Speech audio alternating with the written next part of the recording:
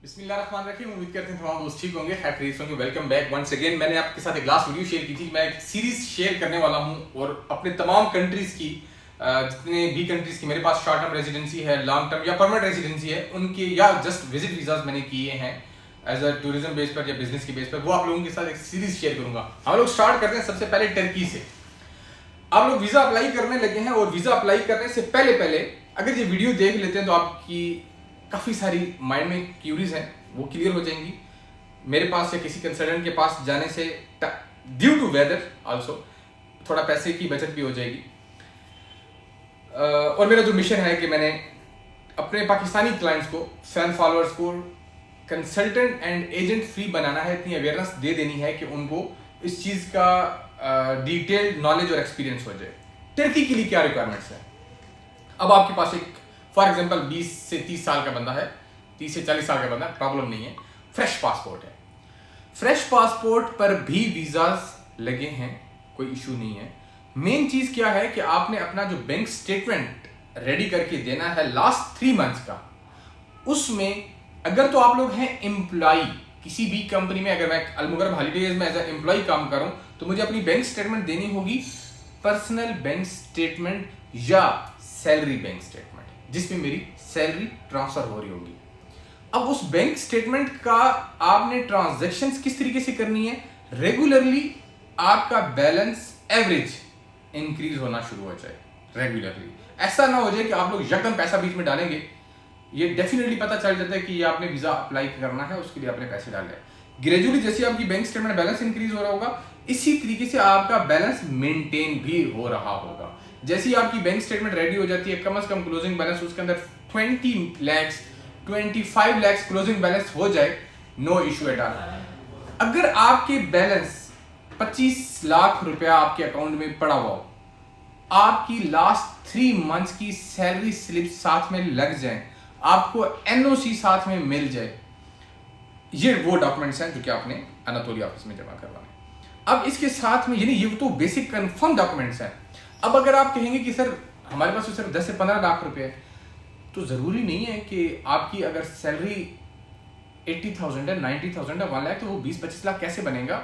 आप अपना account maintain इस तरीके से करके रखें कि पहले आपका ओपनिंग बैलेंस जो है वो तकरीबन 15-18 तक पड़ा हो, उसके बाद आपका बैलेंस ग्रेजुअली इंक्रीज हो रहा हो।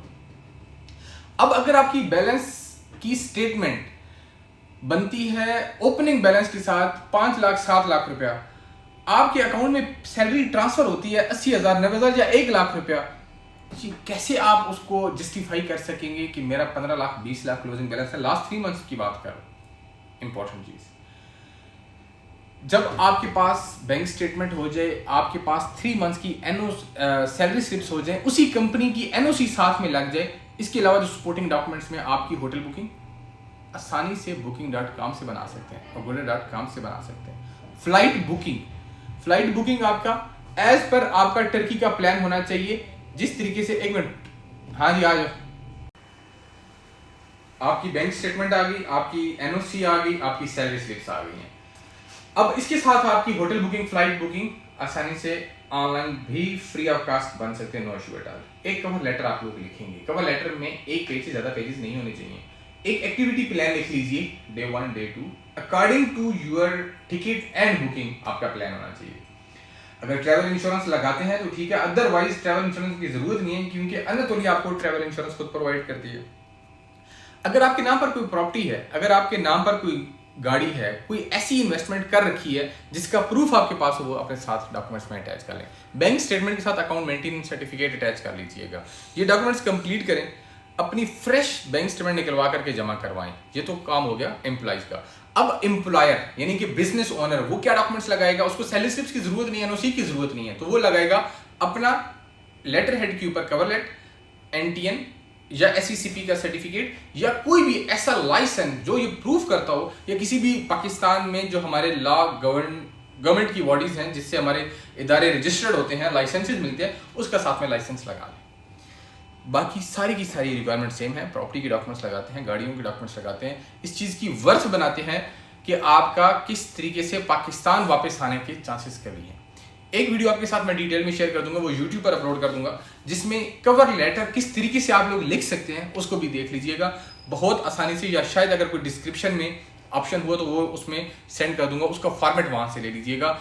एम्बेसी की जस्ट फीस आपने पे करनी है, अनातोलिया की फीस पे करनी है, बाकी किसी किस्म की कोई फीसेज नहीं है। वीज़ा आपने खुद अप्लाई किया होगा, मेंटली तौर पर सेटिस्फाई होंगे, आप लोगों का दिल मुतमईन होगा। अपना बहुत सारा ख्याल रखिएगा, नेक्स्ट वीडियोस देखते रहिएगा क्योंकि एक सीरीज चलाने लगा हूँ, इसमें यूके भी आएंगे, इसमें ऑस्ट्रेलिया भी आएंगे, इसमें कनाडा भी आएंगे, इसमें यूरोप भी आएंगे, इसमें शेंजन कंट्री सारे के सारे आने वाले हैं।